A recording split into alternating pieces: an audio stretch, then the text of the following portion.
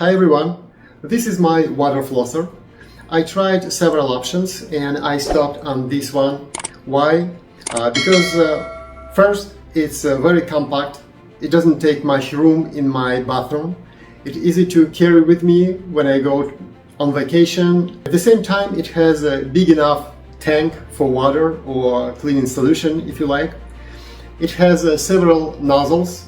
It is convenient to charge in your bathroom, just attaching this charger, magnetic charger, just like here.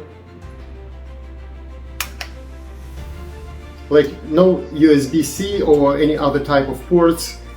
Everything is sealed. No way that water will come inside this device. It has on and off button, battery indicator, and 3 modes that you can switch for your convenience, from the high pressure to medium to low. This is the standard nozzle that I use daily, and here I have some